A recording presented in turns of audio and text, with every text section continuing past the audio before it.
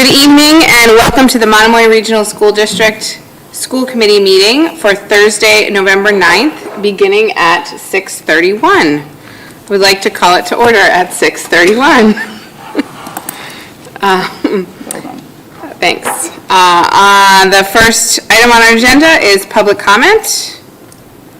Seeing none, we will move right along to the approval of the Monomoy Regional School Committee meeting minutes from October 26th. So moved. Second. Any discussion? All in favor? Aye. Opposed? Abstain? Perfect. Oh.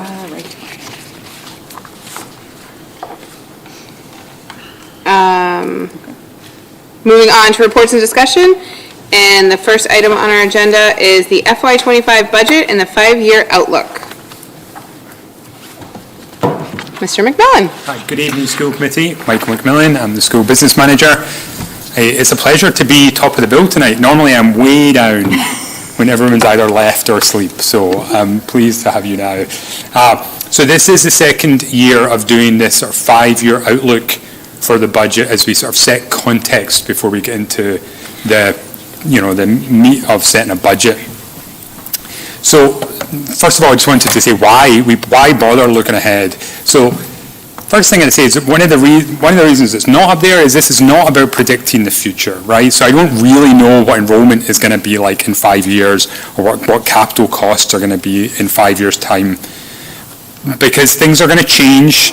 Next year, my 5-year outlook will be different from this year's because we'll have new information, we'll keep updating it, and things will happen and things will change. But it does help us prepare for the future with what we know now. So what is the information that's available to help us make the best possible decision about the budget and make strategic decisions about the use of those funds?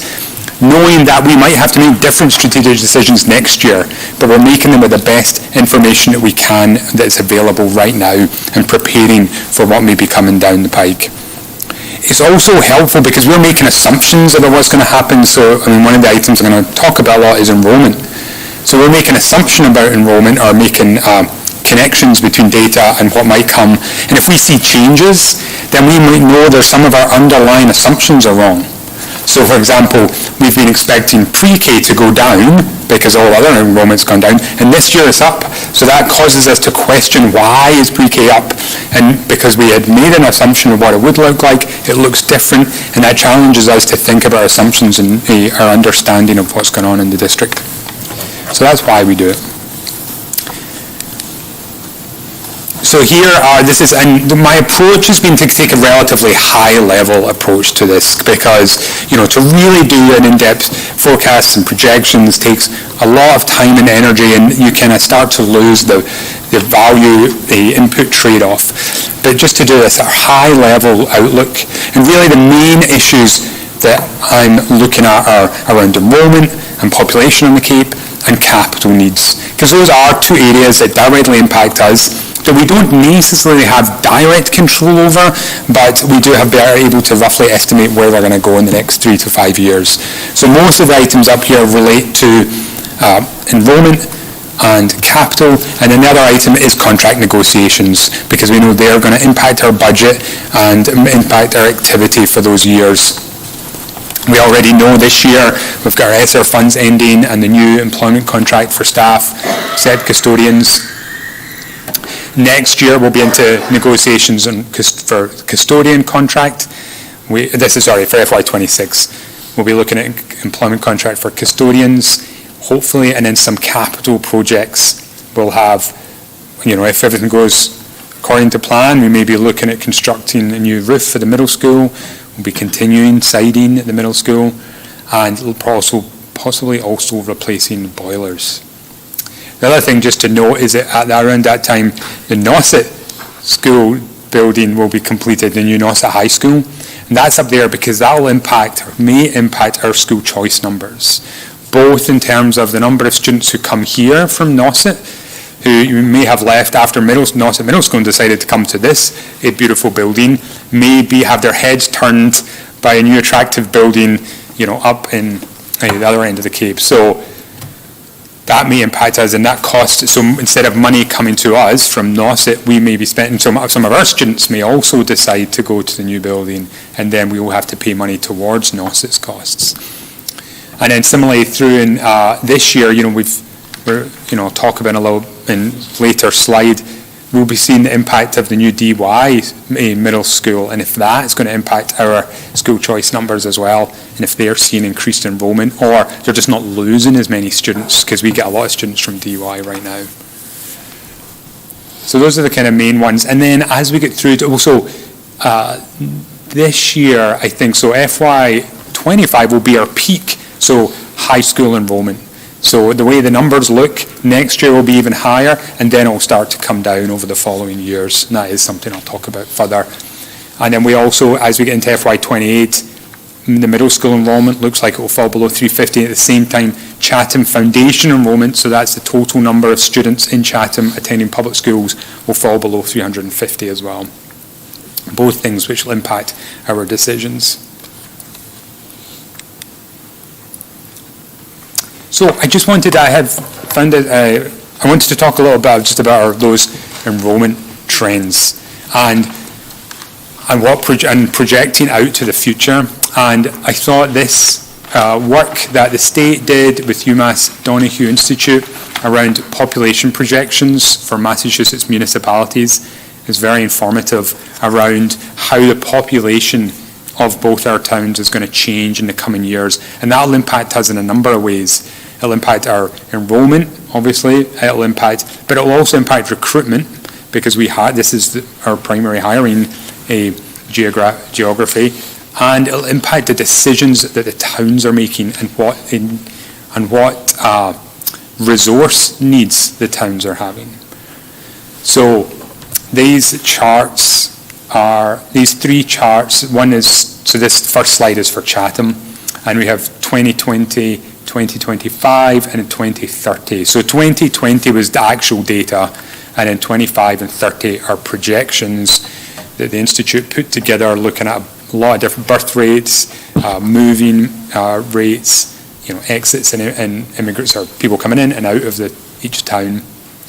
So, and the way this chart is organized is each line is an age group.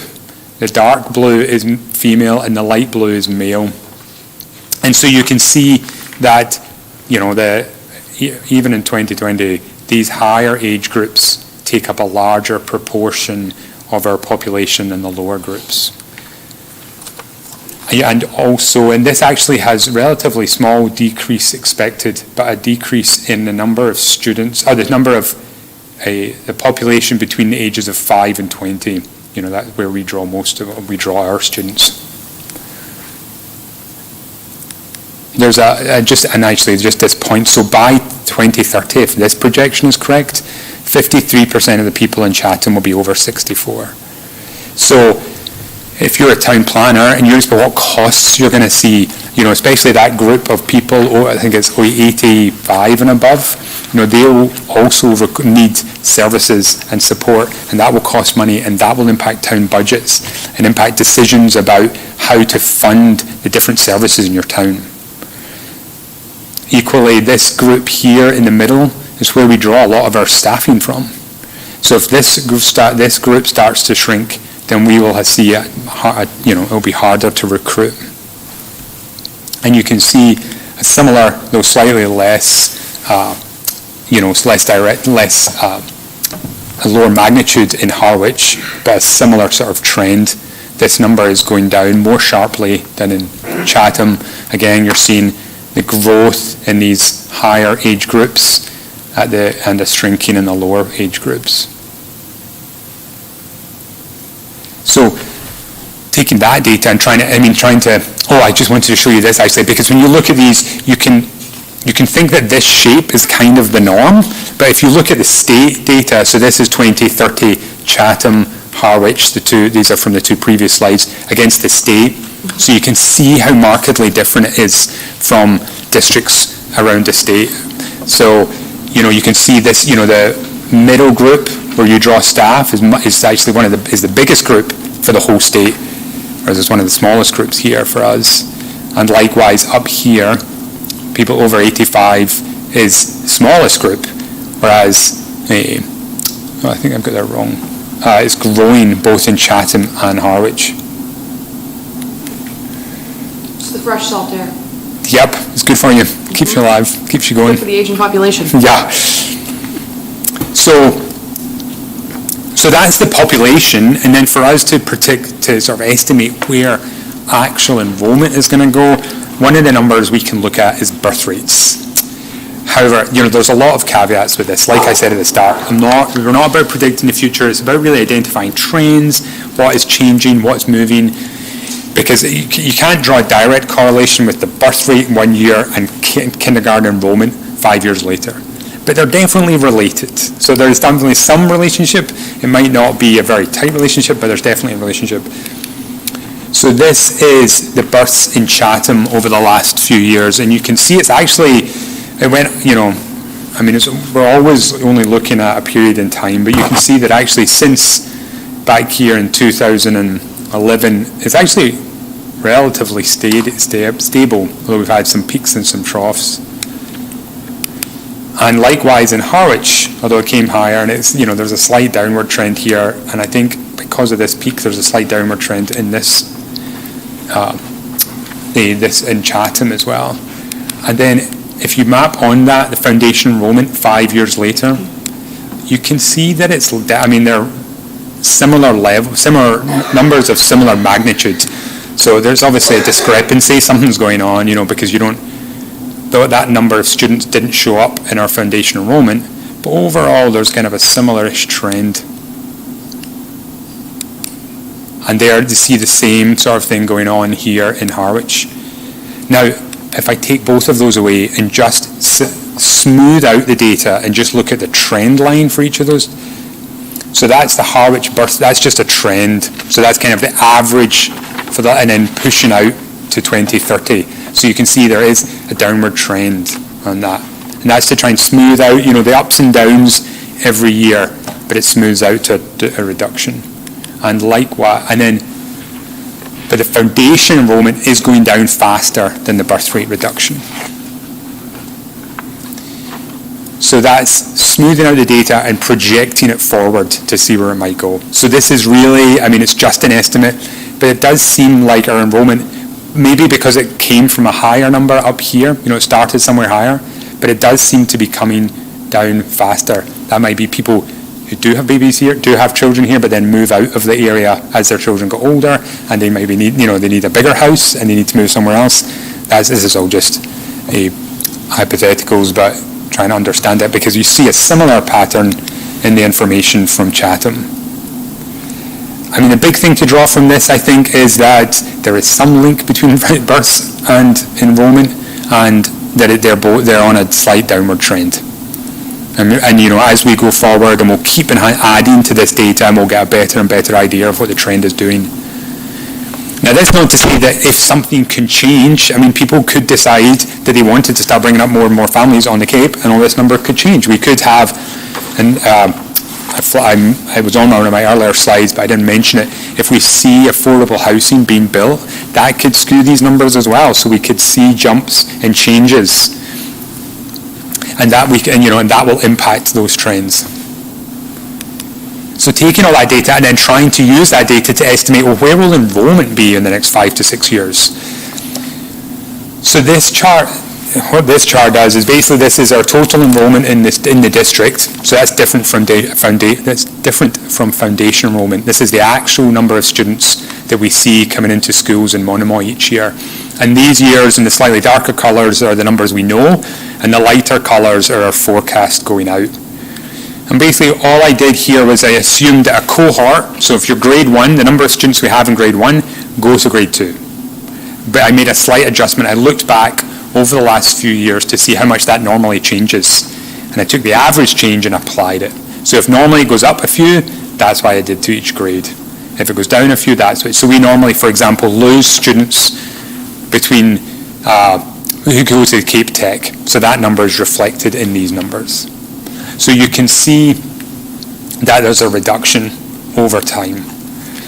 And the reduction here, because I've assumed that kindergarten and pre-K are basically the average for the last 5 years, so I haven't reflected that downward trend that we saw, just because it's so sharply down, I thought it might skew the numbers, and really I'm not sure we have enough data to justify that.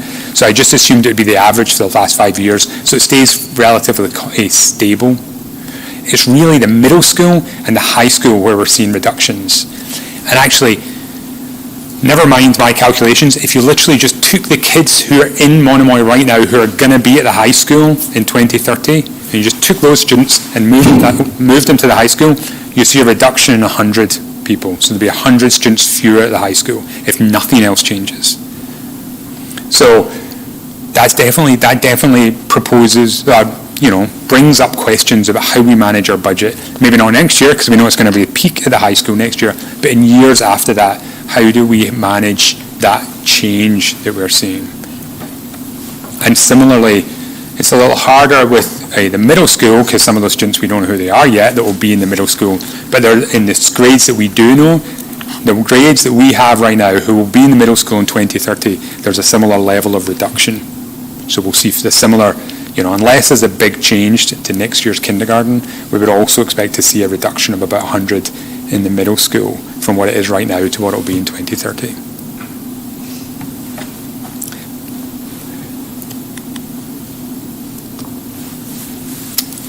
So that's the enrollment. The high level message is we expect enrollment to go down, and so it will be really important to get kindergarten and pre-K numbers every year, and those are the numbers we should be watching to see what's coming in to replace the students that are graduating. And also, if Harwich, for example, does have a lot of affordable housing, unless they're astronomical numbers, we know we can probably accommodate them because we're expecting to see a reduction. So if they have 200 students that are relatively spread out, we can accommodate a lot of those because over the next few years we're expecting to see reductions of that magnitude. So the other way that enrollment will impact us is how it affects the assessments. So I just wanted to this one slide here on how the assessments might change.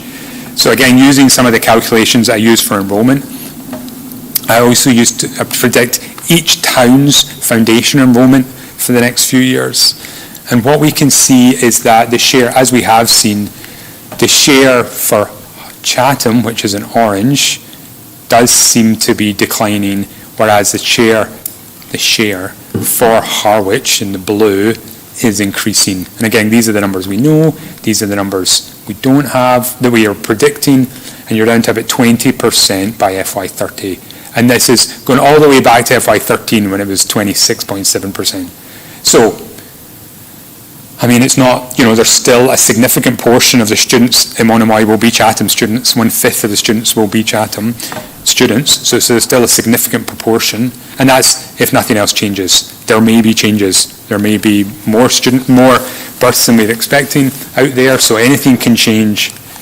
But it definitely seems like we should expect difficult budget discussions because we know every time there's a percentage change, that means Harwich owns that much more of the budget.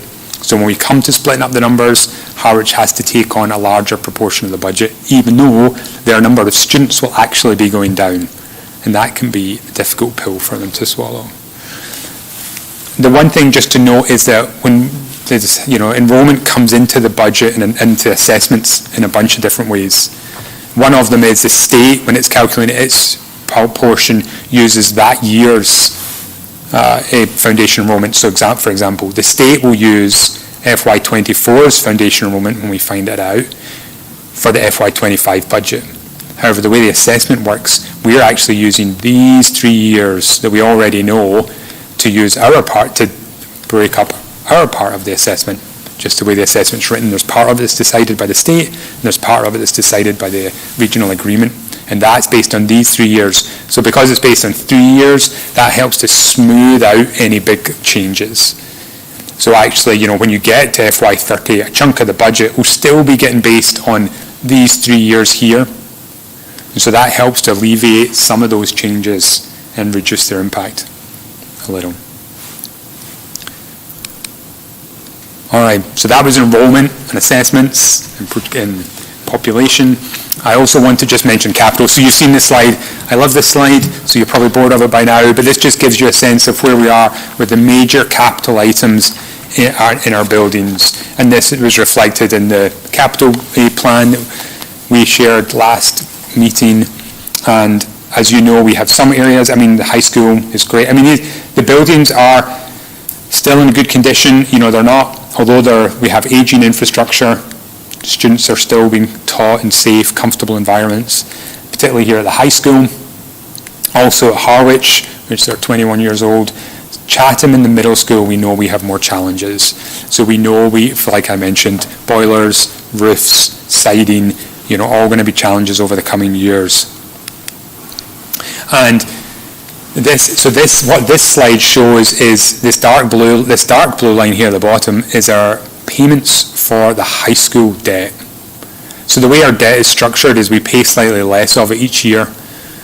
So as this comes down, we have our capital in light blue, which is filling the gap. And then these other debt payments that we may have if some of these projects go ahead. So for example, I think that's the middle school roof. That'll be another, so we'll be paying debt on the middle school roof. So you can see in the short, so we're right here right now, 2024, in the coming years, we may see debt and capital, at least in the short term, putting pressure on the rest of our budget. So these will be decisions, I mean, these are decisions we'll all have to make, or you'll have to make, about which capital projects we fund. So if we did fund all these projects, that money, you know, the difference between how much we're spending in 24 and how much in 25, that has to be found somewhere, either in increased assessments to the town, either more money from the state if we get it, or by reducing other costs in the budget. And so those are the sort of trade-offs we'll talk about, like at the budget workshop, and as we go through these discussions, it's like, okay, if we want to fund this capital, or do we say, similarly, do we try and push more things out? So these years are down, so could we kind of level this out a little bit? But then that means waiting longer to do some projects that might need to get done now. So it also depends a lot on funding from the MSBA, the Massachusetts School Building Authority. So we're going to apply to them to help fund the middle school roof, and the eventual costs and the eventual reimbursement they give us will impact these numbers. But it just gives you a sense of kind of the decisions we'll have to make about those projects. Yes? Is it okay to ask a question right now? Please. Or do you want to? Sure. Do you want to? Okay. I just had a question on the capital planning. So for the Chatham Elementary School, the Harwich Elementary School, and the middle school, almost everything is beyond its useful life. Yeah. Except at Chatham Elementary, the hot water tank. Yeah. Harwich Elementary, nothing. And then at the middle school, there are something mediocre. The pumps are 8 to 13 years old, and then a 6-year-old one. I'm just trying to wrap my head around the ability to replace all of that before it breaks. And I was just trying to understand, obviously you can't compare anything to the high school because it was a brand new build and those are 11 years old. And we need to project out actually 10 years prior to 10 years from now to maybe start replacing those things. So that one's kind of something we could start planning for now, which is ideally where you want to be with everything, but we're not. So could you tell me, and I don't know if you can, for the elementary schools and the middle school, traditionally, do we have a preventative plan, capital plan in place? And what have we, I'm assuming we've done things on an emergent basis as they've been needed, and then we've been trying to roll out our capital plan for a lot of these older buildings as we can. So I'm assuming we've been doing everything we can, and this is just, we've never had a table like, I love the table. I've never had a table like this, so I want to say, well, there's all these things, but we did all these things last year for a whole other, do you know what I'm saying? Like, can you make it feel better? Yes, I fully understand. So the one thing I would say is that the useful life expectancy is, they're industry standards. So they're an indicator of when those devices will be running at their full efficiency and, minimal repair costs and maintenance costs. That doesn't mean that, and I know you're not suggesting this, but it doesn't mean that they just stop working after that time. It's just the efficiency starts to lag and the maintenance costs start to go up. So those are the ways in which we kind of extend our life by maintenance. So we have really, so this is kudos to Rick and the rest of the facilities team, is we have, and I inherited, we have really good maintenance. We spend a lot of money on maintenance programs that help to extend the life of these machines. So because I sit down with that list and I say to Rick, Rick and I, and I'm like, Rick, it's 20 years old, do we need to replace it? Or even it's 27 years old, do we need to replace it today? And he's like, no, we have it being serviced twice a year. We get a report back twice a year on, this is the boilers, for example, at Harwich. We're getting it serviced twice a year. We're getting reports back. We're not getting reports back that it needs to be replaced immediately. So that's what gives me the confidence to be like, okay, we're going to wait, we're going to get these other projects done where I know we are facing problems, like the roof at Harwich or the siding at Harwich, and extend the life of those other devices, significantly beyond their expected useful life, but I think that's because we're investing in their ongoing maintenance and repair. So the maintenance plan is our preventative measure to maintain these things that should only last X amount of time. But our plan to replace them, are we putting a timeline? We're not letting something go beyond 30 years of age because we don't want to be in the middle of the winter and have something. Well, that's a great question. So how I sleep at night, right, is because of those reports we get back from those maintenance guys, the people doing the maintenance. If they say we're on borrowed time now, Michael. Yeah, then that's when, so for example, a good example actually of where we failed to do what you're doing is one of the rooftop units at Harwich stopped working last year, and so we had to transfer money from one area of the budget into facilities in order to replace it. But we did read the writing on the wall, and we had planned to replace rooftop units later in our capital plan, and we moved them up, so we're replacing 2 as this part of FY26 capital plan. So that's me sort of saying, yes, our plan, I guess we're just constantly trying to collect information and adjust our plan as we get new information. So at the moment, the information says this is the right way to prioritize those items. If we start to see things needing a lot more repairs, then we start to think, okay, maybe we need to move that up in the replacement schedule, or alternatively, we need to move things, or if one of these maintenance companies comes back and says, we're keeping it going, but it's on its last legs, then we might move it up. At the same time, if we do, we had the boilers coming sooner, and we thought they're still in good condition, we're getting good reports, let's push them back another year so we can get these other things done.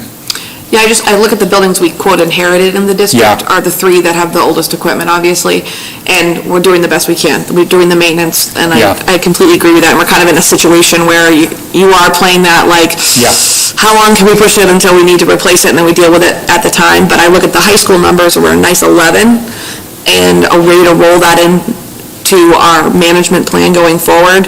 How close do we get before? Do we wait for something to break, or do we make a replacement and be a little more proactive, save money on maintenance, other areas to start? We're at a good place to start doing that with the high school, and as we replace things for the elementary school, middle school, and high school, Harwich, roll that into that new. I don't know what the right or wrong answer is. But it's really interesting to me. But one of the things I looked at last year was, there is a recommendation of roughly what percentage of a school budget should be going on facilities maintenance and capital. And it's, this is written by facilities maintenance and capital people, so they think it's really high, and they think you should be spending a lot. But that is, so in theory, right, the theory is there is a number that we should come to, that's a combination of debt and capital, that we should commit to spending every year. I'm not saying we should do this, but it's kind of the back of my mind, what is the right level of capital and debt that we should be planning every year to keep these buildings going? And then, I guess, and I think you bring up a great point, is we should definitely make sure that we have the major projects in the other buildings done in the next 9-10 years, because then we're going to have to be tackling the high school, and that's definitely going to be more expensive, because then because it's got way more equipment up top and on the roof, and it's just newer, and it's going to need newer equipment, and it's going to be more expensive. So yes, I guess that's my kind of answer for that kind of question. Thank you, Michael.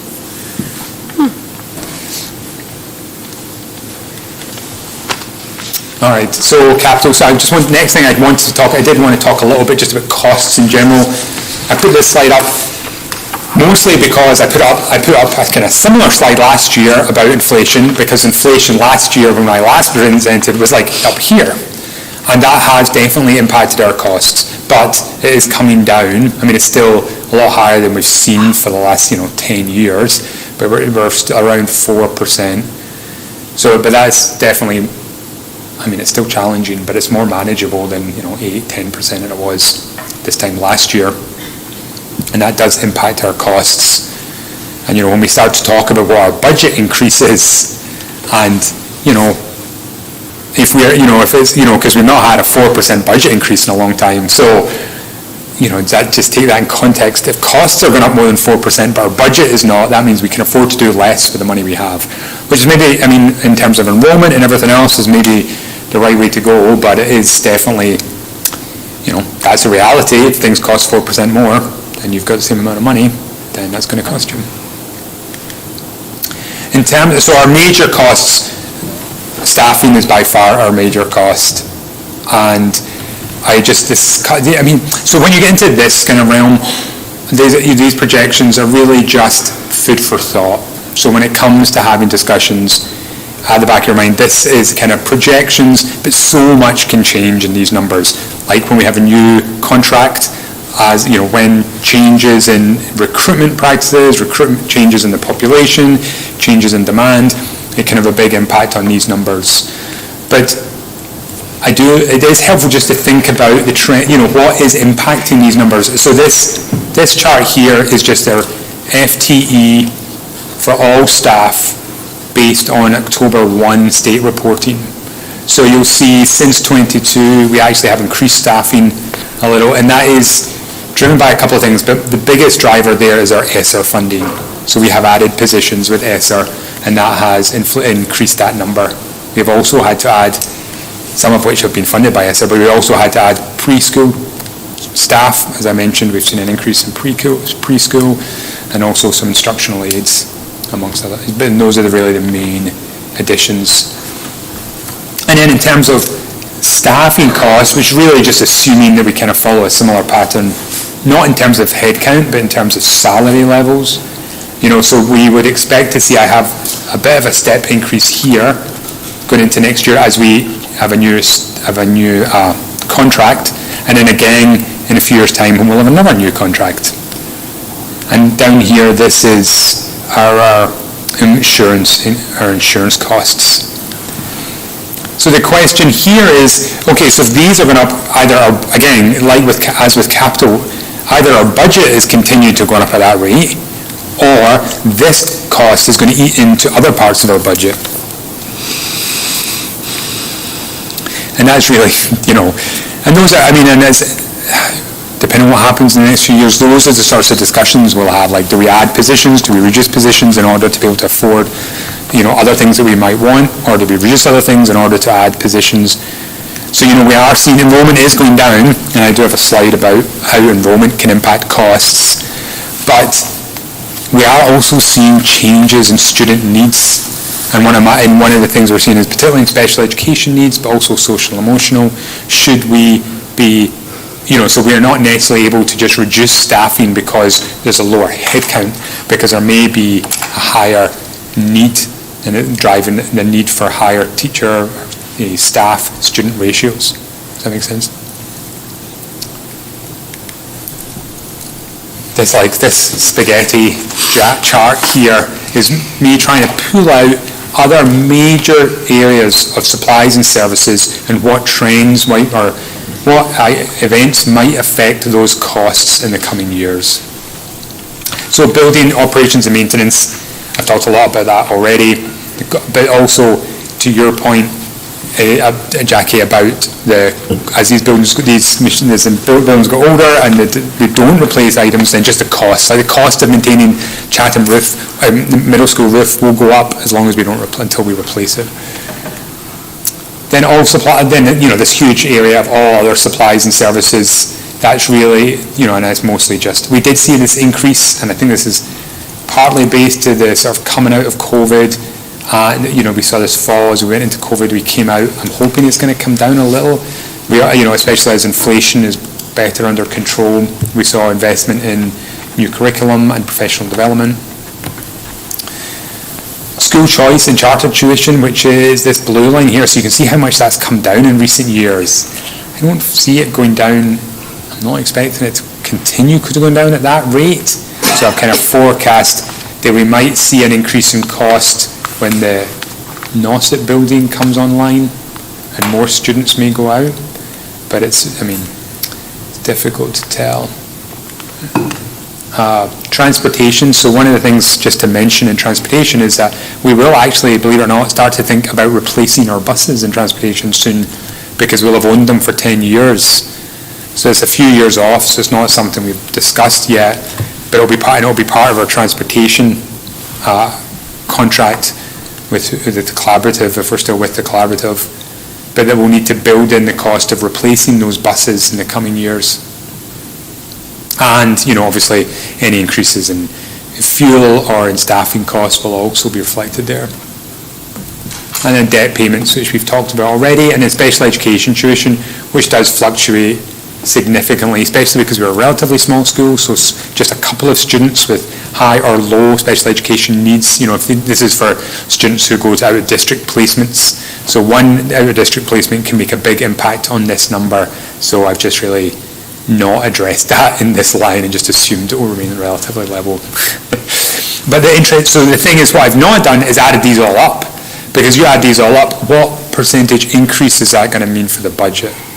And I didn't want to scare anybody, so I've not added them all up, but because it'll really be decisions for us. We'll be trying to weigh these different factors against each other when we go to creating the budget. All right, I'm almost finished, I promise. Just one quick thing is around fixed and variable costs. So as our enrollment, so this is just an example. So most of our districts, so you have, in theory, so the theory is if you have fewer students, you have fewer costs. And so if you lose one student, then you can reduce that amount of your cost. That would be a variable cost. So if our costs varied directly in relation to the number of students, we would expect them to go down as the number of students went down. After you took in inflation and all those other factors, the amount of our costs should go down.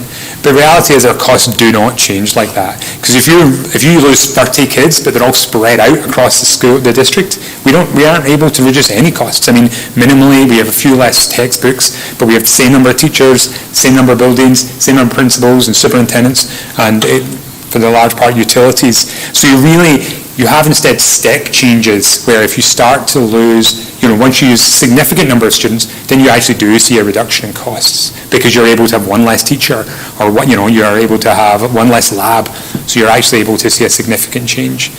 But it's not like, and this is a discussion we'll have, I'm sure, with select boards, that just because there's a reduction in students doesn't mean we're able to go out there and slash budgets. That actually, and especially, so because of this underlying mechanism, and then on top of this is the other things I spoke about earlier, like inflation and like the needs of those students, which are also changing. All right, I think this is actually my second to last slide. Yes?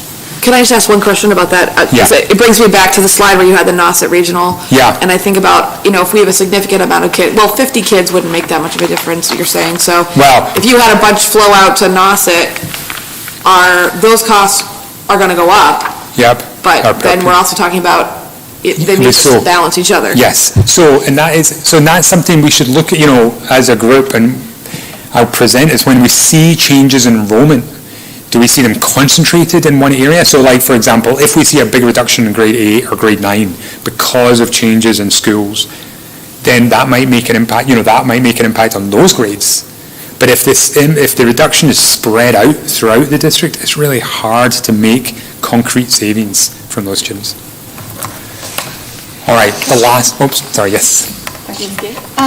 So talking about this, how realistic, I'm kind of curious, Yeah. I don't know if Scott can answer this, or maybe Terry, when this building opened, I like, how many people left Nauset to come here? I'm just kind of curious, and it is something we Yeah. need to think about, but how realistic is it? Do people really fly for a new school? How big of a factor is Yeah, it? that's what, yeah. I think we saw some of that with the new middle school coming online at Dennis Yarmouth. So we have had a significant number of families that have been coming from Dennis and Yarmouth this direction for elementary school, and then there's new middle school. So so I think we had some students that chose to stay there. I actually think there was a little twist that happened during COVID where I think what we were able to put on as an educational program was we were able to kind of address the needs of students and families a little quicker than some other school districts. And we saw for a period of time, families actually came this direction from Nauset, including a lot of our own families, came back and post-pandemic stayed. So we sort of benefited from COVID in this, and at the same time, there was a construction project that was going online in Nauset, and that's not an ideal situation sometimes that students might not want to be living through that. So it's hard, as Michael says, it's hard to say what that impact is. I think on our end, we just want to make sure that we continue to have the best educational program that we can put in place here, so that families that are from Harwich and Chatham choose to stay, and then we'll ride it out. I would say, interestingly, Go ahead. I was just going to say, so I would argue that part of that is, see this is I went back to the slide, so this is our school choice cost. Part of that reduction is Monomoy. So what happens is it's not so much that, I'm sure there's definitely part of it where students who have already chosen to school choice to Monomoy change their minds, or Monomoy students who were at Nauset changed their mind but the bigger change is that students who, like grade 8, so one grade 8, before Monomoy was, built, before the high school was built and Monomoy became a district, we were losing, say, I'm just making up numbers, but 10% of grade 8s. But that level stays, and the new grade 8, when Monomoy is opened, only loses, say, 5%. So it's not so much that you change existing students, but you change the decisions of future students. And so that's why we've got this bubble of school choice kids who joined the district 12 years ago, before the district was in place. They were kindergarten. They chose to school choice then. They school choiced out, and that's why we were spending a lot of money, and then they just never came back. But the kids, when the grades behind them, didn't school choice out as much. And so that's why our school choice budget is going down, because we have a bubble going out of students who had choiced out, and they're not replaced in lower grades by students choosing to go out because they're choosing to stay. I feel like I've made that very complicated, but it's like students are more likely to stay rather than come back. Does that make sense? Does that make sense? Kind of. Mr. Russell? Thanks, Michael. Tina, the thought struck me a few years ago, and when we opened the Monomoy Middle School, former Chatham High School, to the Monomoy kids. And down the street we had the Lighthouse School, with a lot of Harwich kids there. My presumption is, look at the numbers of that school and what we were anticipating. You could think positively that a brand new school, well, it wasn't a brand new school, but the facility was dramatically improved, and there was an insignificant number. Now you say, why? And this is myself personally. There's a cultural thing about it. Kids have started there at Lighthouse. Something clicked. Secondly, brothers and sisters. Families decide to stay there versus make a jump into what obviously is a newer setup. And so we didn't get that experience, like, hey, 2 more units, 25 more kids for a section. So I don't think you can count on it. You can maybe anticipate that it'll be interesting, like Colin, but in that one example where there were 2 middle schools in town, one being newish, we didn't see the dramatic shift with phone calls during the summer of families, Howard's family saying, we're coming back.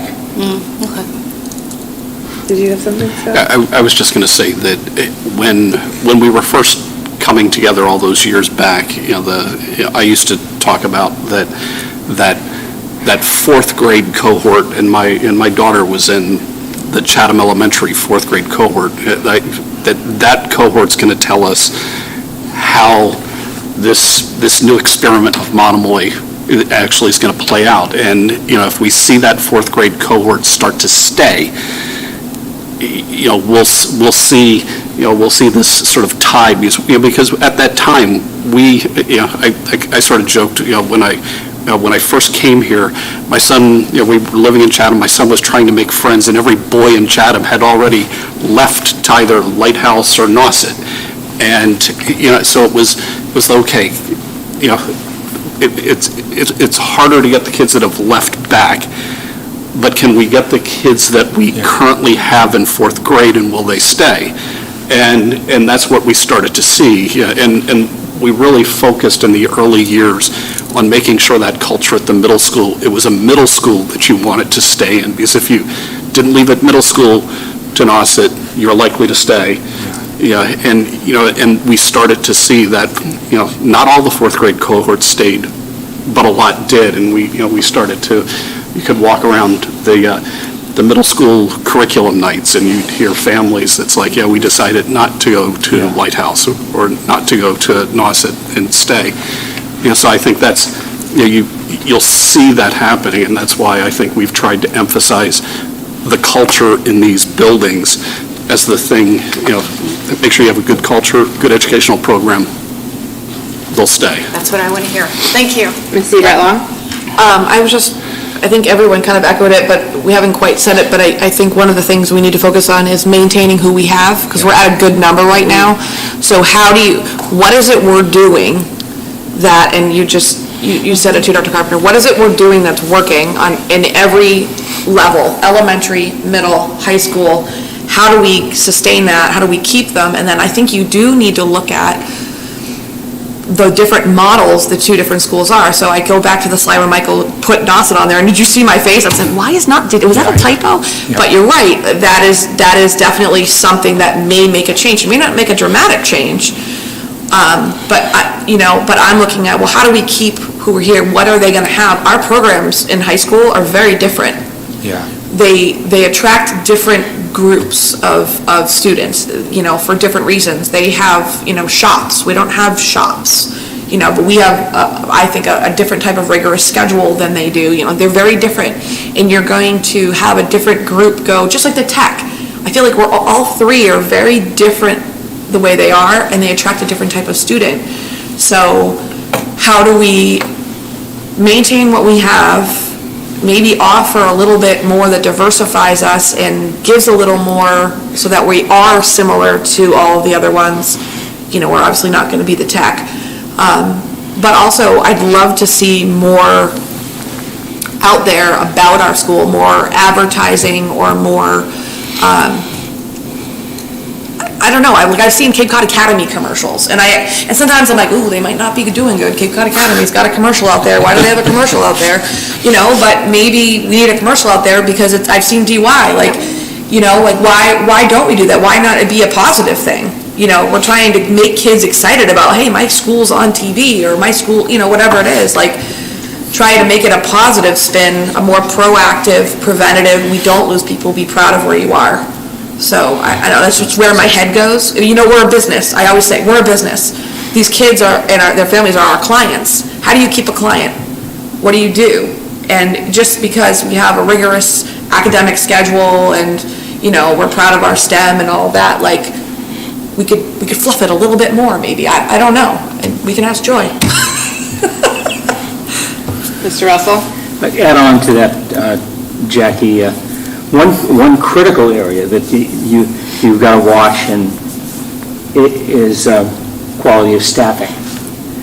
If, for a chance, especially geographic closeness to us, you found that they're not going to drive that distance. But Nauset, clearly, they become a mirror image. If we all of a sudden discovered that we are several steps salary-wise behind Nauset, whether it's in athletics, sports, clubs, as well as staffing, academics. That will quickly become known, and all of a sudden families make that by saying to the one person in math department, Mr. and Mrs. So-and-so does an excellent job. Yeah, that could cause some of our kids to go to, say, Nauset or the Lighthouse. And I think that to a degree, 14 years ago, did occur with Howard, Sisson Road Middle School and the new Lighthouse. I'm missing what you're saying. Are you saying that if we can't continue to have competitive salaries by bringing in more? In so many words, exactly right. Oh, yeah, I'm not saying change it. I'm not saying bringing something in that makes us not be able to afford something else. Like, we obviously need to stay competitive. Yeah. And you need to have the instructors and the teacher, and you need to stay competitive in that. I'm just saying, highlight a little bit more of what we are doing, and what we can do. I don't want to pay anyone any less. I want to keep our teachers. All right, my very last point is around excess and deficiency. So excess and deficiency is a fund. It's a bit like the town has a free cash fund. This is a little bit of free cash, and it's basically the amount of money left over at the end of the year. And, you know, once you've established a kind of an amount, each year you either reduce or add to that amount. And that's what this chart here shows. This is our excess and deficiency since 2014, I think. The state certifies the number for us, working with our auditor. And so the excess and deficiency has, you know, you can see there's a general increase. So that means we kind of established a good, healthy balance at the end of that year in 2014, and for the most part we've added to it, which means we've had a little left over at the end of each year. And then what we're able to do is use that fund to offset future budgets. So the state allows us to draw on that money to offset future budgets. So the risk, so in the last few years we've used $800,000 from excess and deficiency to offset the budget. Only 3 times until this year had the excess and deficiency actually gone down, and we've had it. The auditors finished their work, and it's slightly down on last year. Last year was high, and it was related to everything going on with COVID and reduction in costs, but we have seen it go down from last year, which means we took out of excess and deficiency more than we put in. And it's a fund, so once you use those funds, unless you put them back in, you only get to use them once. So there's a risk that if you keep taking out more than you put in, eventually you won't have any more to draw on. And then that has that bigger impact on the budget. So what we try to do is have a kind of gradual reduction. So we'd like to keep our excess and deficiency at around 4% of the budget. You're allowed any more than 5% of the budget. If you have more than 5% of the budget, that amount more than 5% you have to use in the following year's budget to reduce assessments. Does that make sense? So we would like to keep it around 4%, not as a hard target, just as a soft guide.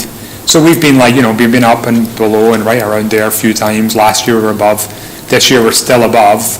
But these gray lines are just my total made up projections, because this will change significantly in a couple of years. But if I just plug some numbers in, so if we kept drawing on excess and deficiency at the same pace, we would go much further down. This assumed that we reduce from 800,000 this year down to about 300,000 in FY30, so it goes down, and that's why it starts to pick up again. So every year we hope to bring it down. This might not be the year to start reducing it, because we're just about to come out of that ESSER funding. We're about to go into a new teacher contract. We know we have these capital challenges come along, but at some point we're going to have to start, especially if we continue to have less left over at the end of the year to be able to add to it. We're going to have to start to reckon with reducing the amount that we're relying on excess and deficiency. But it's really hard, because the impact of changing your excess and deficiency is it moves that money onto the towns. So if we take we have $800,000 this year of this year's budget. So if we reduce our excess and deficiency, but hypothetically the budget stays the same, the town's assessment goes up, because we are now relying less on excess and deficiency. So say we took $200,000, that's now what, like $150,000 more for Harwich's assessment, $50,000 more for Chatham's assessment. So it's a really, you can get hooked on excess and deficiency really quickly because it's really hard to reduce it because it really makes much more difficult conversations. As I say, this is probably not the year to start weaning ourselves off excess and deficiency, but soon, and definitely within the next 5 years, we're going to have to start reckoning with how do we reduce excess and deficiency, or we're going to, alternatively, and the Harwich will say, just use that whole amount. Just take that 2 million that you have, or 1.8 million you have, and put it all against the budget. The challenge with that is what then happens is the following year, their assessments go up $2 million.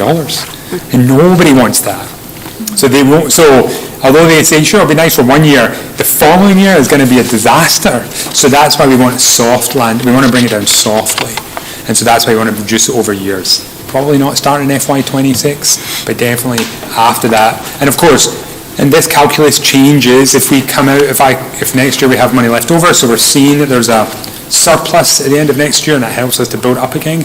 Maybe we'll be in an okay place to keep it at $800,000. But, they went down this year. I don't know what like next year, if our costs go up, then it might go down again.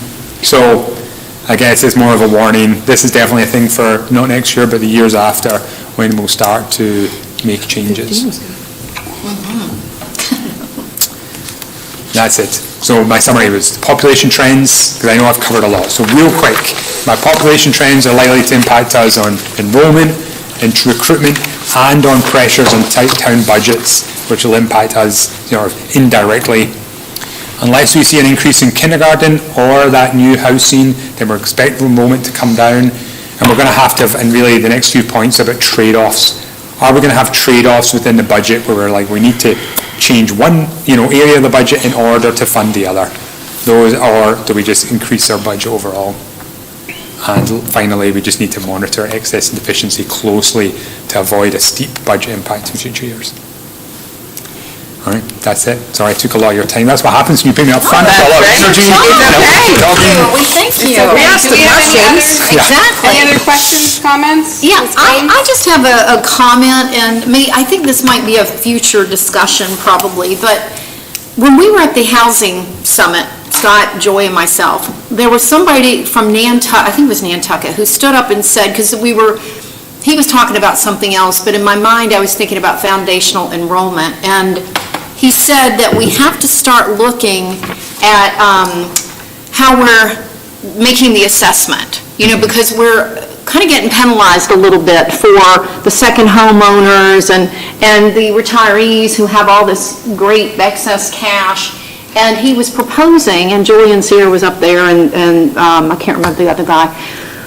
We got to have a different way of looking at this, and I know this is outside of our scope, but we just have to figure out some type of way to articulate, because this foundational enrollment thing is really a pain in our tush, and we've got to figure something out on a state level. I know in the community we've had conversations about this, but I just don't know as a school committee what we can do to change this conversation. Yeah.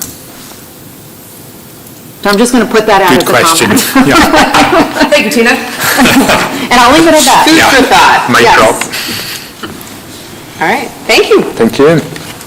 All right, next on our agenda is the FY25 budget workshop scheduled for November 30th, 2023.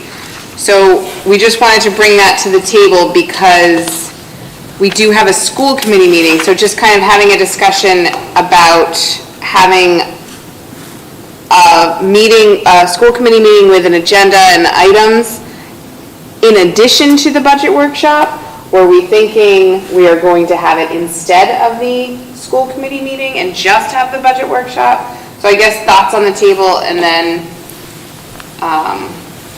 just coming up with a consensus for what to do for that evening. I think it's important to have the budget workshop earlier, like in November than January, which is what we talked about a couple meetings ago.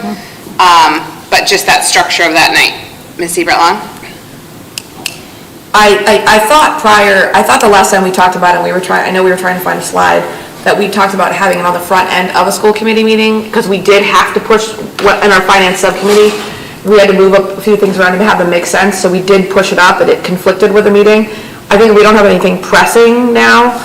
I think that we probably will utilize the time well, just having the budget workshop. As we get, well, it's not as we get closer, it's November 30th. I was gonna say, as we get closer and we think that's gonna be a need for a meeting on the back end, I mean, we could post one.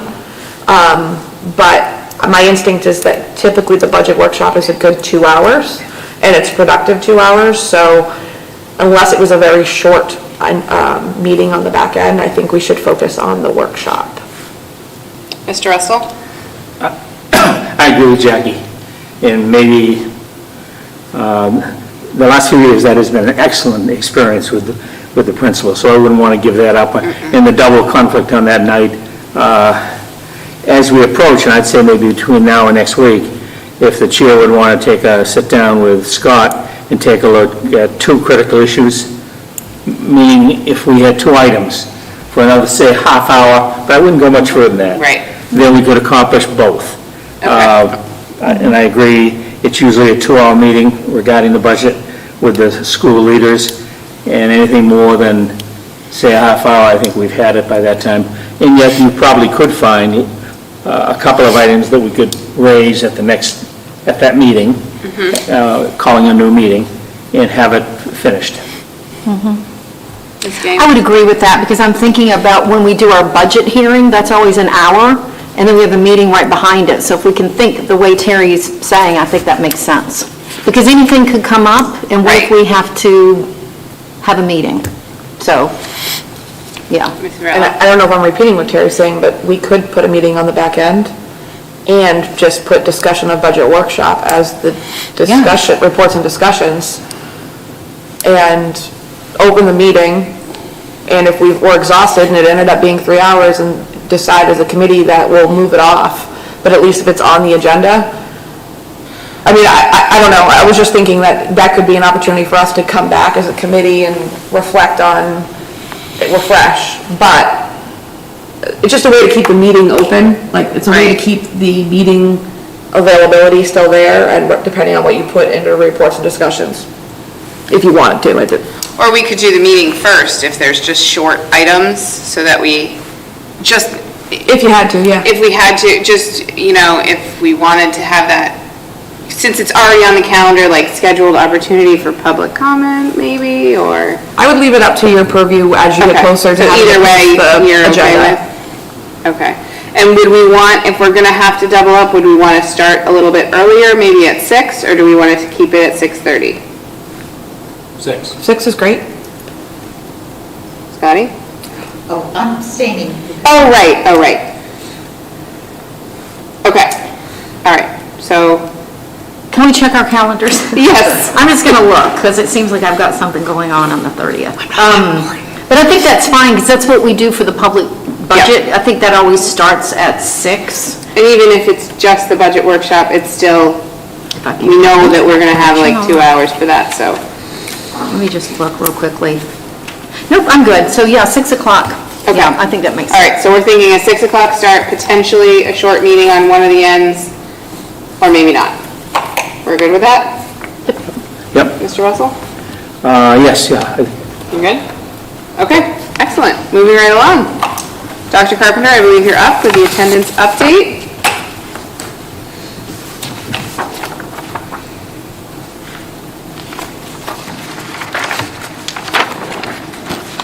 So everybody loves when I talk about attendance, and We do.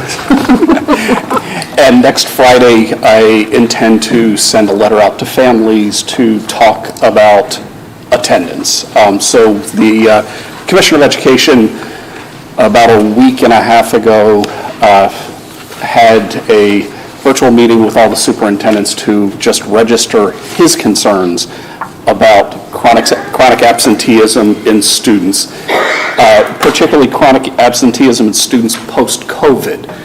And I, on some level, felt it should have happened, this conversation should have been happening a year ago, but it finally has kind of percolated up, and I think everybody's starting to see a trend in the data. So So I want to start this just by acknowledging one person.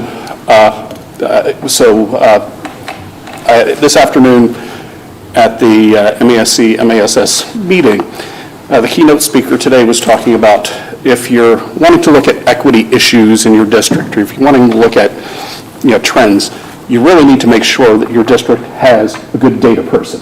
And the person was saying, like, if you want to, the first place to start with equity is to have a good data person. We've got an incredible data person in terms of Holly Thing. And Holly did a lot behind the scenes to go and pull the numbers for this. So this is Commissioner O'Reilly's presentation that he gave to superintendents, and I've gone and superimposed Monomoy on top of this, along with a lot of research on why attendance matters. And ultimately, that's what I want to stress to parents, because I think we're at this place where I, as superintendent, and other superintendents for several years were giving the message, stay home, stay home, stay home. Sniffles, stay home. Slight cough, stay home. And, we're on the other side of the pandemic. I'm not saying if you've got full-blown flu or COVID, come into school. But I think we have to figure out how we get folks back in the building, because being in the building matters. And that's kind of the punchline here at the end of this presentation. So,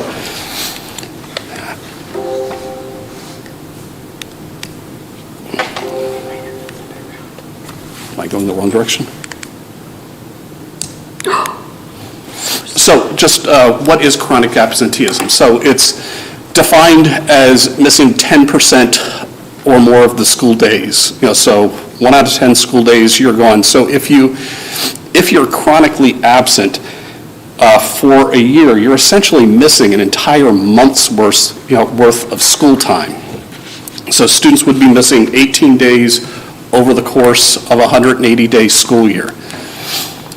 So the challenge here is that chronic absenteeism rates have doubled since COVID.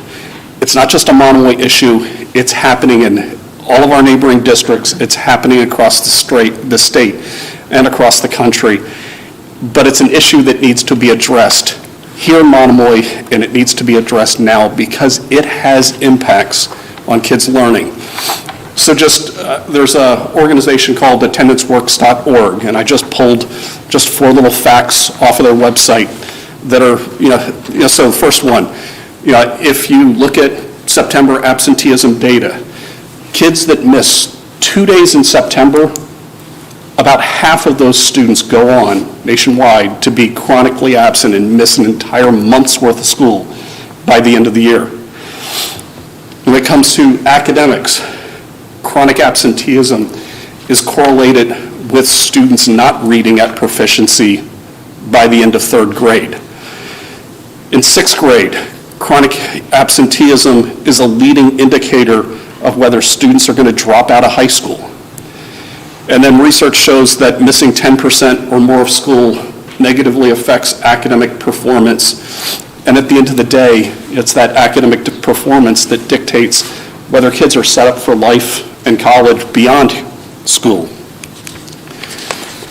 So there's been a lot of stuff out in the media recently that this is an issue. And as I said, I'm just a little concerned that it was an issue last year, and it was, there was red flags waving, but we now seem to be starting to talk about it. So for the state, pre-COVID, about 13% of the students statewide in any given year were chronically absent. That more than doubled following COVID. So if you go between 2019 to 2020, it's up to 30% of the students. And the good news is, of the states that track chronic absenteeism, Massachusetts is one of the states where we're starting to rebound, but even where we've rebounded to, it's still a lot worse than what it was before COVID. So, as of last year, over 1 in 5 students were chronically absent, missing 10% or more of the school days. So if we superimpose Monomoy's data this is one of Mike's spiderweb graphs, but the same trend. We had, prior to COVID, so the state is the dark blue line, Monomoy's the orange line. We consistently, as a school district, were well below the state average when it comes to chronic absenteeism. Post-COVID, we're below where the state's average is, but barely. And two of our buildings actually are running higher than that state average, being Harwich Elementary School and the high school. Pre-COVID, Chatham Elementary School and the middle school were significantly below the state average when it came to chronic absenteeism. The middle school has fairly majorly rebounded, but still is a lot higher than what it was. Chatham Elementary is the only school in our district where the absentee rates continue to climb.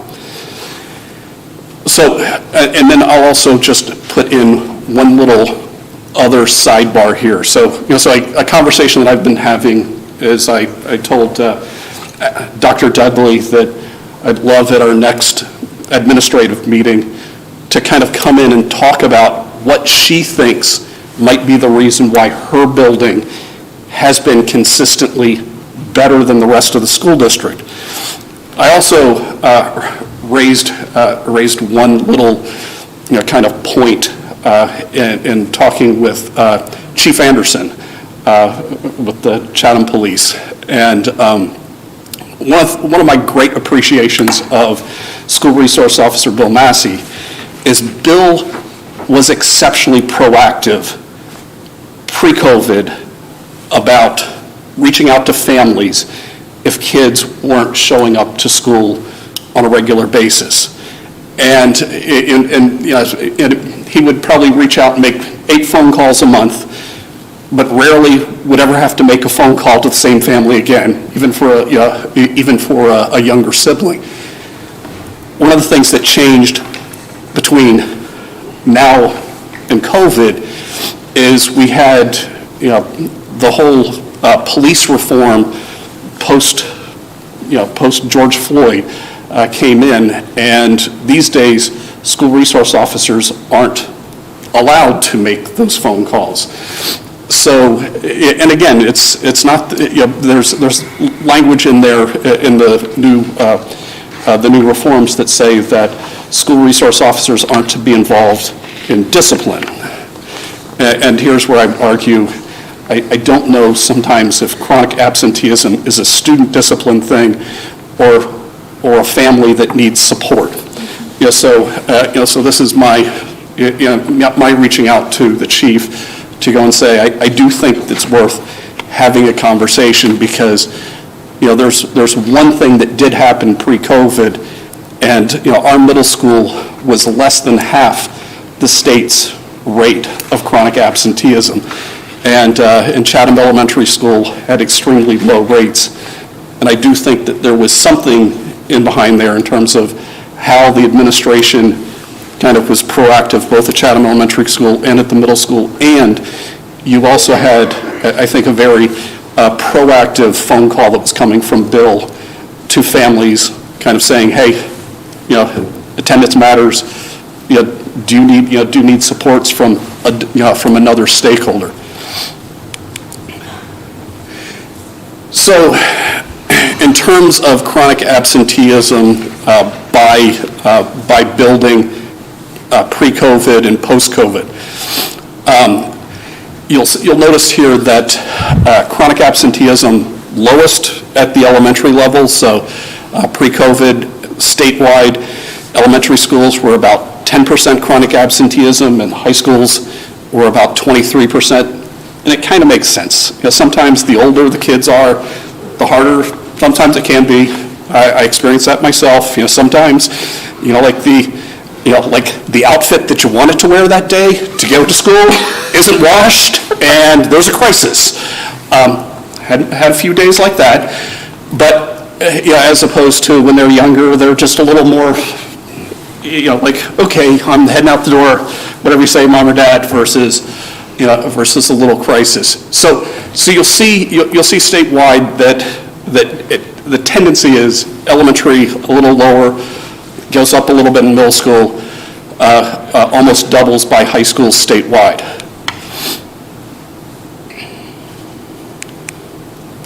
So this is our data, and looking at the percent change from pre-COVID and post-COVID. So if we look at our elementary schools, Chatham Elementary School pre-COVID had a chronic absenteeism rate less than 7%. It's hovering just about 20% now, almost a 200% increase from before COVID. Harwich Elementary School was at 10.4% before COVID. It's running at 23.5% now. Our middle school was the lowest of all of our school buildings before COVID at 6.4%. It's running at 14.3%, still a lot lower than middle school statewide, a lot lower than the state average, but a lot higher than what we'd want to see. And our high school was at 14.8%. It's at 22.6%. So it's rebounded the most, but it's not where you'd want to see. I mean, right now we have, if we just look across our district, over 1 in 5 students are chronically absent over the course of the school year, and we can do better. Bigger concerns on this are that our most vulnerable kids are the ones that are missing the most amount of school. So district-wide chronic absentee rate is 20.6%. If we look at students with learning disabilities, 26.7%. If we look at our English language learners, almost 30%. Our students who are low income, 26.5%, and our students with high needs that are either on an ed plan, English language learners, or low income, a quarter of them absent or chronically absent over the course of the year. So just why does this all matter? So if we go and look at how does absenteeism tie back to academic performance? In the commissioner's slides, he looks at the grade 3 through 8 MCAS results, and if we just look at the last columns on meeting or exceeding, you'll see that at 3 through 8, there's a decrease by 21% in terms of the number of students who are meeting or exceeding expectations on the MCAS if they're chronically absent compared to their non-chronically absent peers. By high school, that has increased to the high school students being 28% or fewer of them being at the meeting or exceeding level. With math, similar trends, with a quarter of this, with a 25% decrease in the number of students that are meeting or exceeding on their MCAS exams. Then if we go and look at where our students are, our students don't have that same decrease, but still you see a general trend where the number of our grade 3 through 8 students on the MCAS, we see that our non-chronically absent students, 52% of them are meeting or exceeding, but only 44% of the chronically absent. The oddity is when it comes to high school English, now we'll just preface this, we're dealing with a small number of students that were chronically absent because it would be a small number of students in grade 10. We seem to have had some very high flyers when it comes to ELA who are chronically absent. So if you look at their ELA results, they actually did better if they were chronically absent at the high school.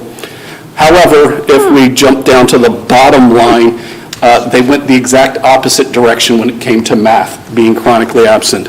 But I think one of the interpretations you could have here is that with the systems we have in place, post-pandemic, most of our teachers have Google Classroom.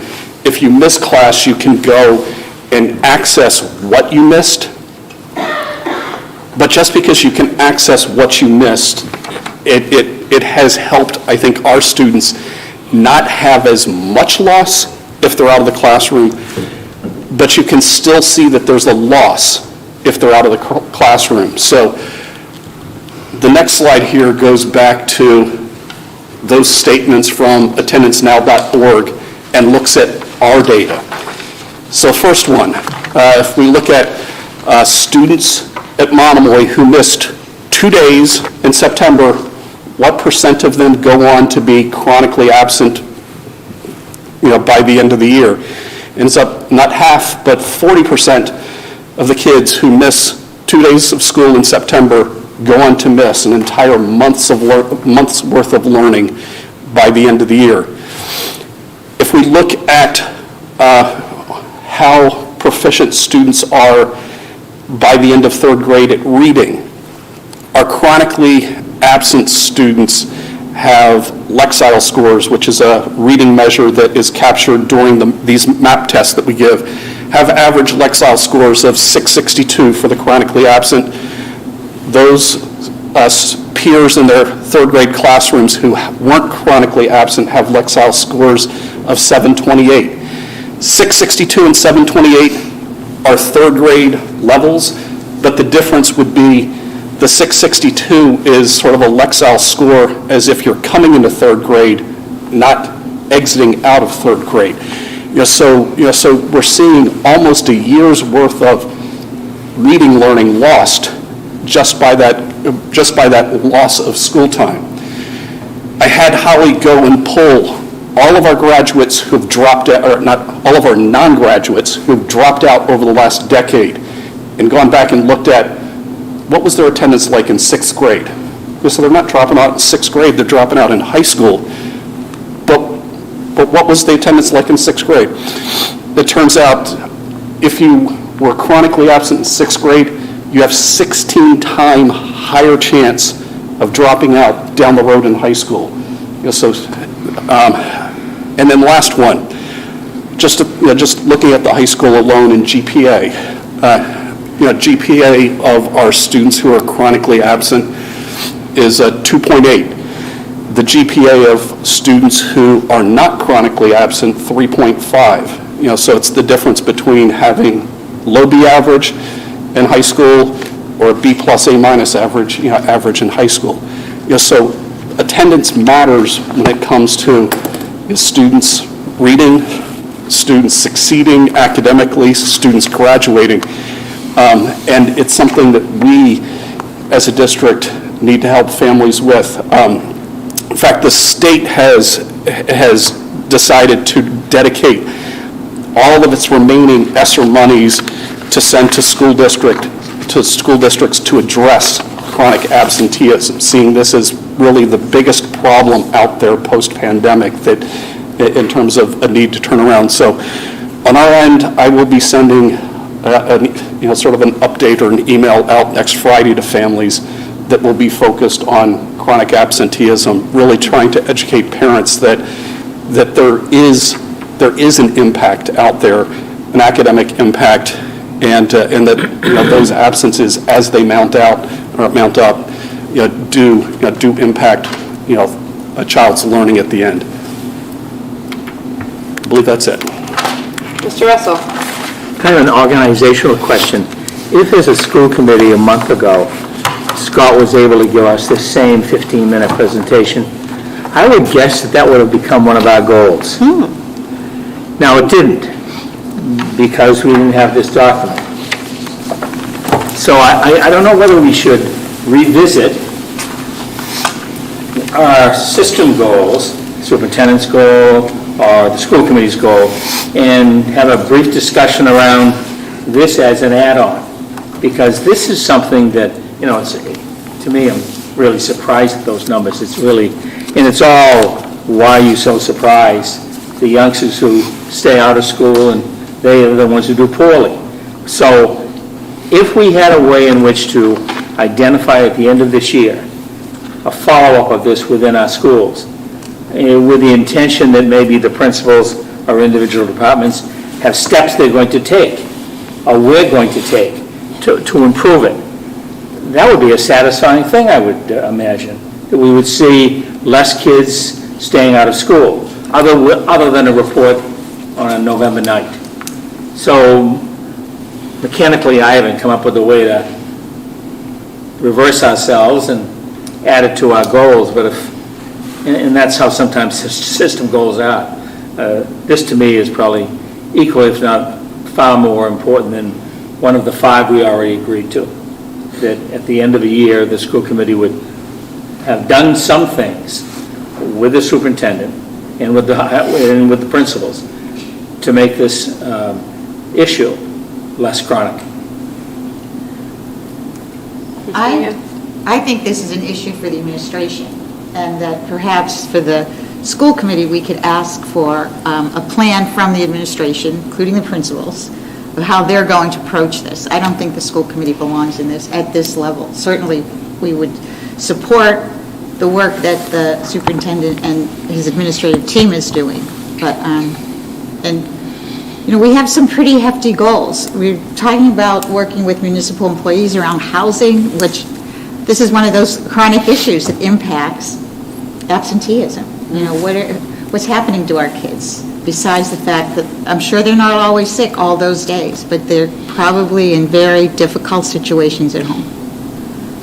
I don't have a problem with that, Scotty. If that's the team that would begin to spend some hours designing something and then follow it all year, I see that as a good step. Yeah, I would actually agree with Scotty. I think if you look at, sort of where's the locus of control, I think that it's a conversation that Robin and I have been having, that, that we need to have at the administrative team and sort of reflect on what's working and what can we do better. I think one of the things that at least I can do on, from my bully pulpit is try to educate parents on, that those days can add up, and there's an academic and potentially graduation impact to to that loss of learning time. Ms. James? Yeah, I think I would agree with Terry and Scotty, because this is interesting to me, and I have a million questions, and I guess at what point, because it always, for me, is I'm thinking, at what point can I get the information I want and respect the privacy of students? Because I also wonder, like transportation, how does that factor in? How does it factor in when the bus pulls up and the kid's not ready and there's no parent there?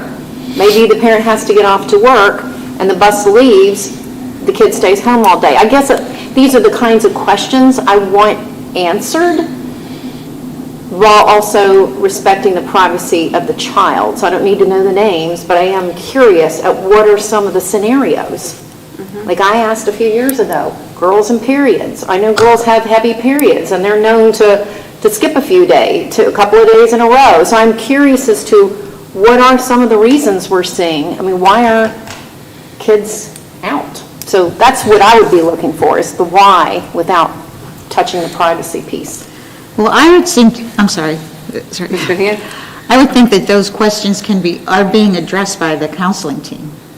That it's not a matter of, that they understand how to do that and how to work with families. And certainly, I'm sure we could invite them to be part of the conversation about some kind of data around the number of children who have really difficult situations, and that's why they're not getting to school.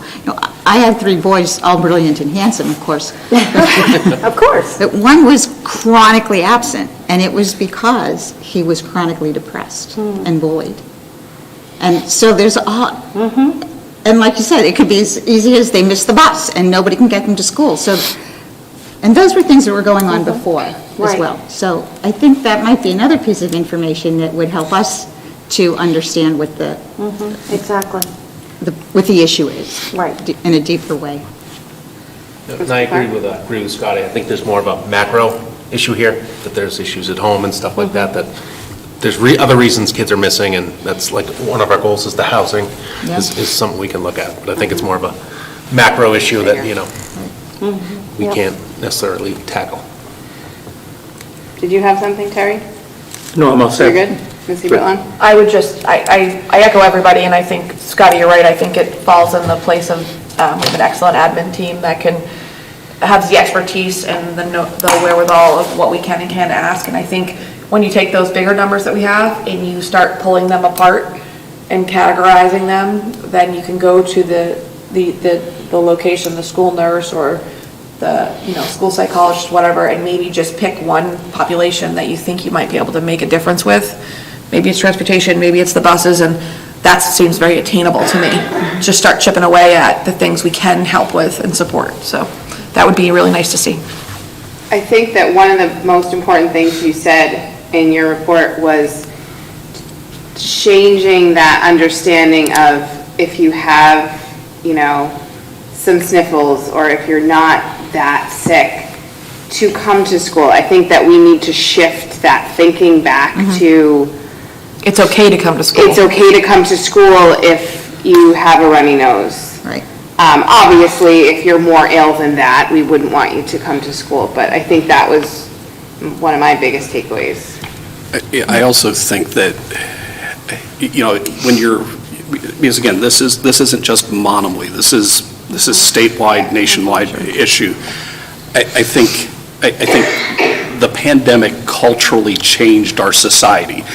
And, so some of it is the messaging that was going on, but I think some of it, I think, this is my 2 cents, is I think that some families decided that, that maybe let's put a higher emphasis on mental health days are okay, and I get it, I appreciate that.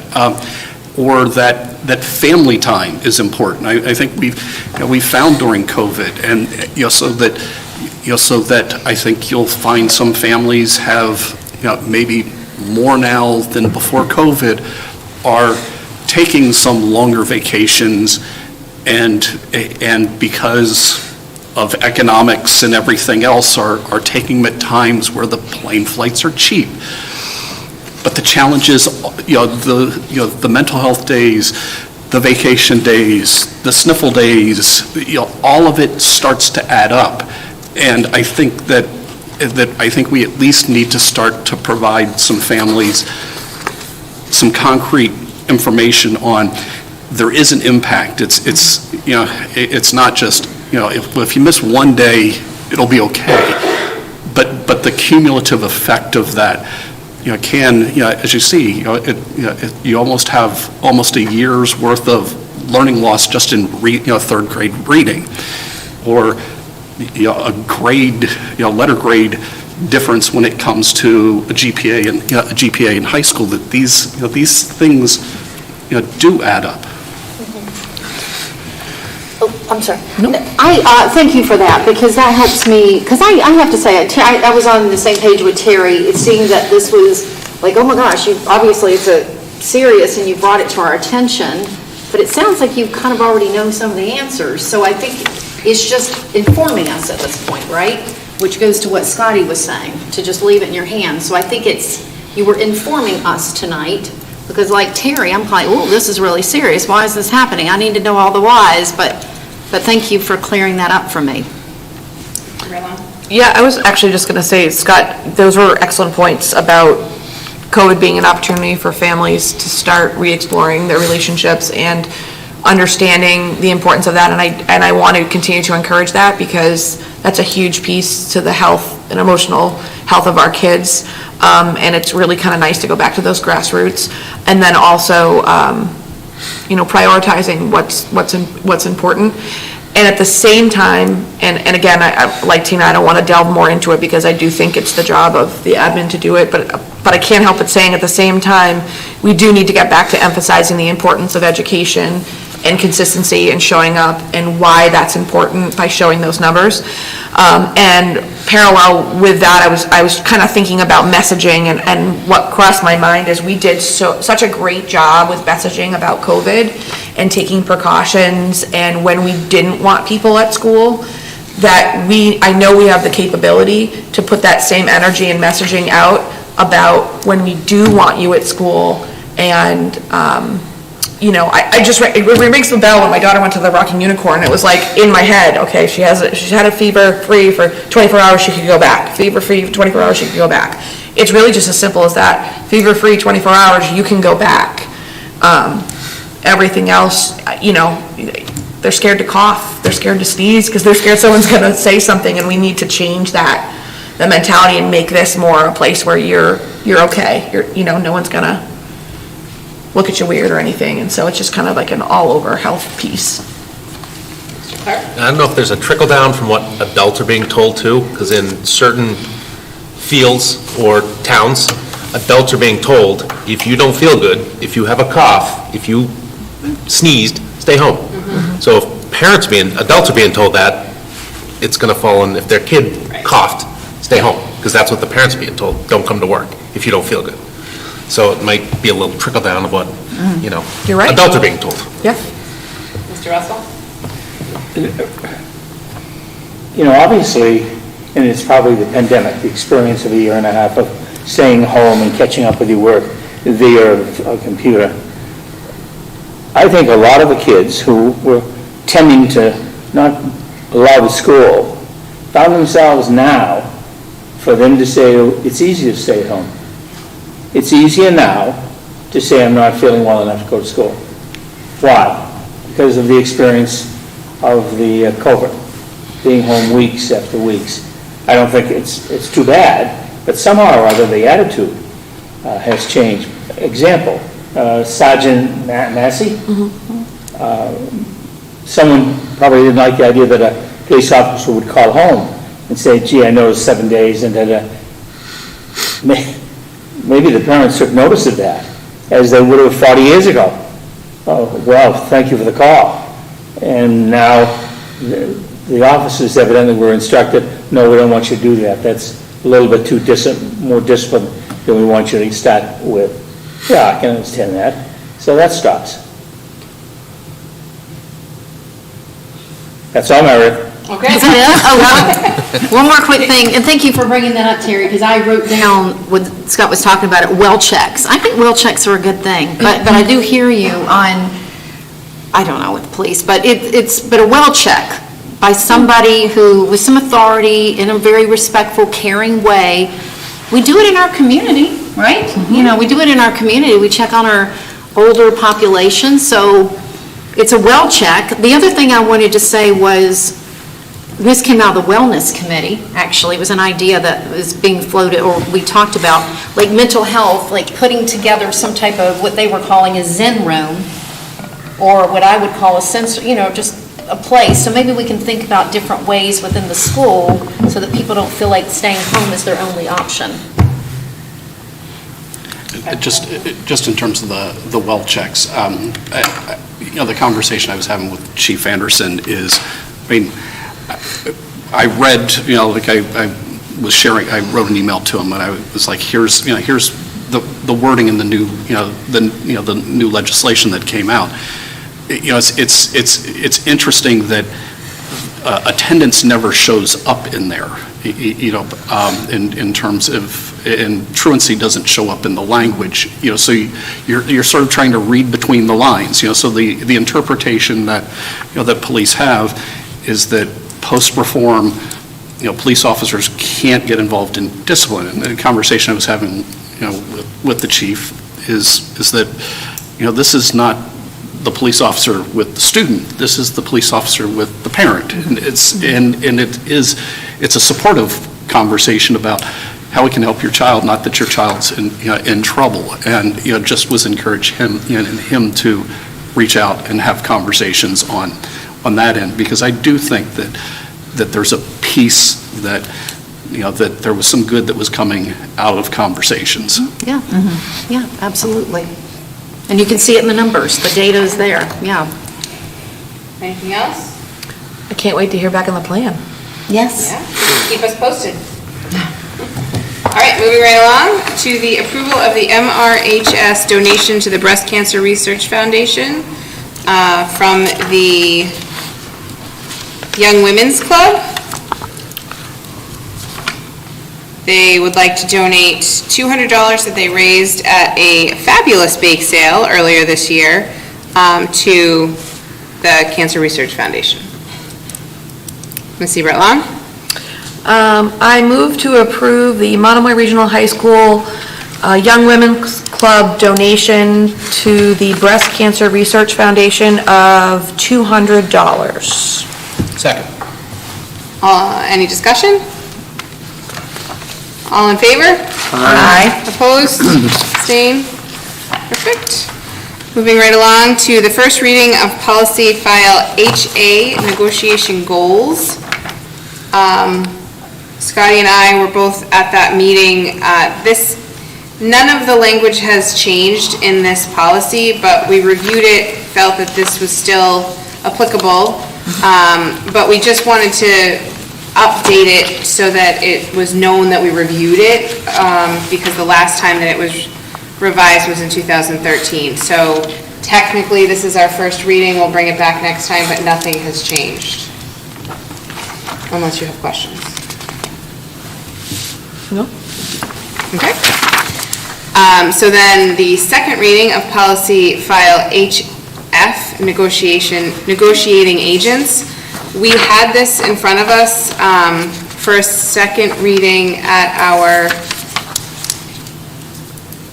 first reading at our October 12th meeting, I believe, and there was a question of the he, she, and they, and when we went back to review it, the they is actually talking about the committee as a whole, and so that's why it remains they. So again, when we brought it back to our policy subcommittee, none of the language has changed, so I feel comfortable this being our second read that we could vote on this.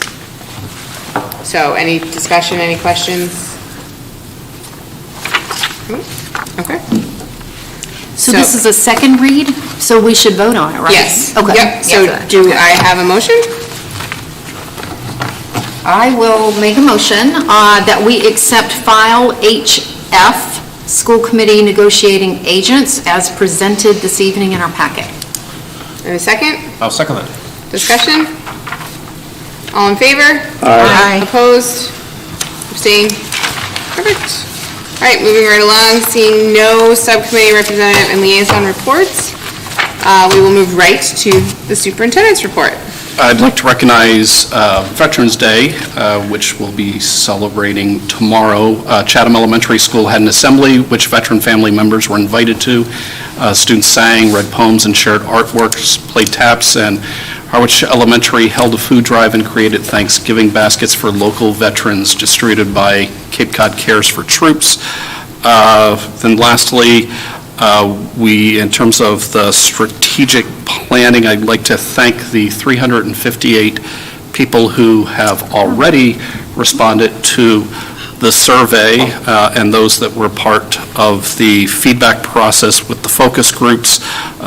We've been soliciting for volunteers for the development team who will analyze the feedback from the focus groups, the surveys, and school data to write the next strategic plan, and that process will begin in earnest next Wednesday. Great. Any questions, comments? All right, we have had the presentations of our warrants, so I look for a motion to adjourn. So moved. Second? Second. All those in favor? Aye. Opposed? Abstained? Okay, then we will adjourn our meeting this evening at 8:13 PM.